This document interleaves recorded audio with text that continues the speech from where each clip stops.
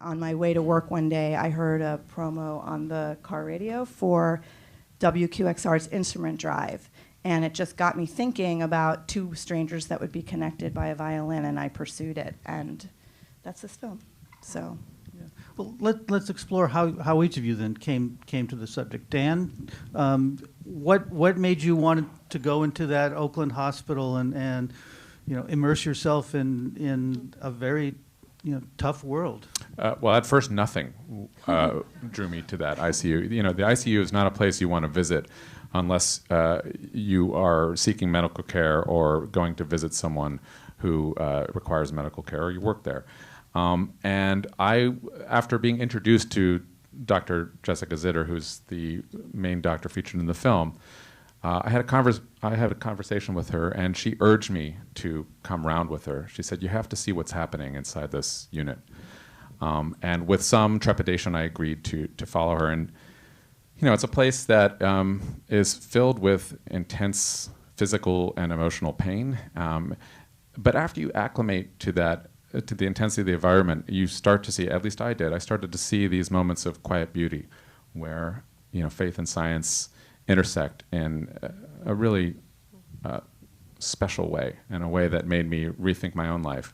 And I was drawn to explore how families grappled with decisions that really strike at the core of our humanness, and the very empathetic way that families, physicians, patients all interact with such love. It came from such a place of deep love, all of this decision making. I couldn't help but be drawn to explore that further. Orlando, you were coming off the Oscar-nominated feature doc, Virunga. Why? Yes. What led you to Syria and to short form? So the way we found this story is we saw that clip which you saw in the film of the baby being rescued, and it's obviously a very powerful, emotional piece of footage. But what ultimately drew us in much more is when we found out who the rescue workers were. This group of ordinary Syrian civilians, bakers, tailors, blacksmiths, who decided just to band together and every day go out and risk their lives to save complete strangers and not pick up a gun and not flee. That was a story which really inspired us. It was also a story which just wasn't being told about what was going on in Syria, and it's so easy to, and I'm definitely guilty of this, it's so easy to disengage with the Syria crisis. It's been going on for so long, and it's so upsetting, and I think everyone feels very helpless about it. And the story of the White Helmets is a story of hope. It's a story of real-life heroes. And I think on a really personal level, I find it very easy, especially with the way the news is at the moment, that you can kind of lose hope about humanity sometimes. And certainly the work which me and our film team, every now and again you come across these incredible people, and I would say the rangers of Virunga National Park fit into that, and the White Helmets, and people that are so amazing that inspire you that there really is good in the world, and that you can also aspire to be better in your own life. And I think they're the stories which drive us, and that's certainly what drew us into the White Helmets. And I think you said that you wanted to do a short rather than a feature because you felt an immediacy to get it out? Yeah, so when we began this project, we thought it should be a feature because there's so much story to tell. But pretty early on, we realised that it just didn't feel right to spend 2 years making a film about what's going on in Syria. It really felt that we needed to get this film out as quickly as possible because it's so urgent, the situation. And so we decided to make a short because a feature documentary can take 2 or 3 years. And with a short, we managed to put it together in about 7 months. So that just felt like the right decision to make. So Marcel, you also found a story in Syria that gives us some hope with this family. What led you to the subject and to that family? Well, I've been yeah, I've been looking for a film through the eyes of children in Syria. I've been traveling Syria from very early on, and I was covering Syria and how this tragedy evolved, and how people changed from becoming political activists into, unfortunately, a lot of times becoming extremists, and how this radicalization worked. And it was 2013, after me being able to have a strong network of people who helped me to go in, and most importantly to be able to get out again, when I decided to do this film about children, because I thought children are playing quite an important role in the Syrian uprising. They say were children who started to paint the graffiti in 2011, and that's why the whole thing started. So I thought it's interesting to see, and obviously when I decided to look for a family, I have been casting different children. And I knew the father from earliest trips, and I approached him and I said, I'm looking for children in this area because the area was interesting. And he said, the only children who are around are my own children. He introduced me to little Sarah and then to Helen, and I knew I've got the children I'm looking for.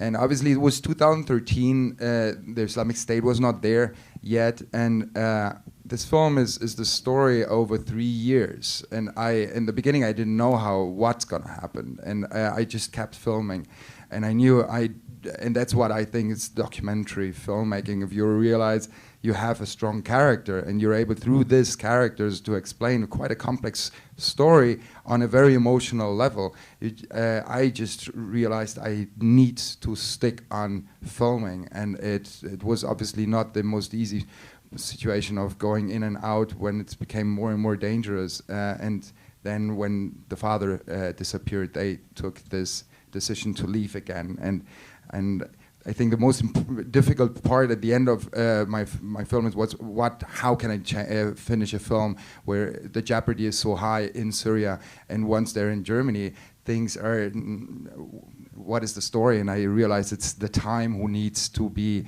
dictating the speed of the film and how all these different characters changed, and so it was a task over the 3 years. Well, Daphne, I think you've already sort of explained what led you to this story, but I mean, what were the biggest challenges? Obviously, you were in a situation where things were very chaotic. I mean, there's that scene in your film where the guy tells you to put down your camera and hold the baby.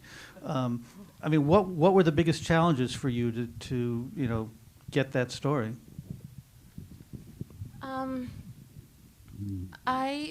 First of all, like I said before, I was in grad school and at the University of California, Berkeley, studying documentary where Dan Krause was my professor, and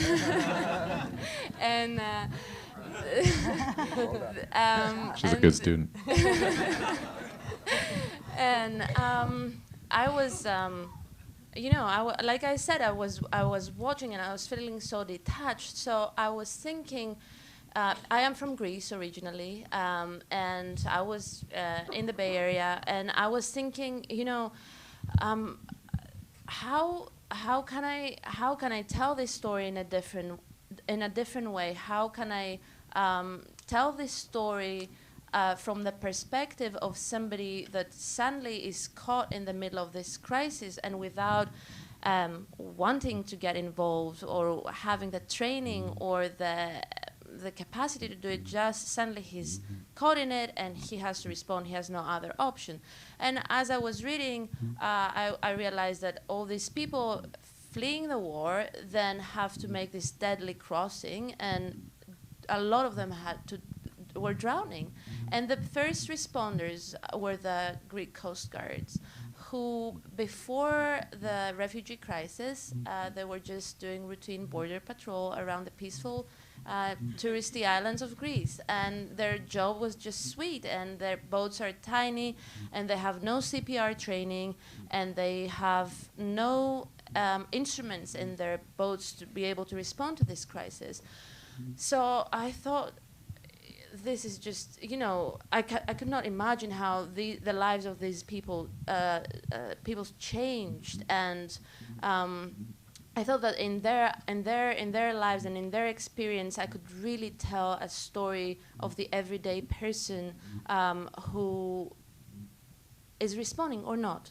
A person like me and you, who have nothing to do with this, who are not trained, who are not choosing to take this action. It's very different when you don't have a choice and you're suddenly, living your sweet life and you're confronted with this. What do you do? Are you turning your back? There were many the times that the captain had instructions not to go out because the weather was so bad, because the equipment was not enough. And he completely disobeyed the orders and still went out in the water and really felt this huge responsibility, which I feel a lot of us oftentimes are missing, or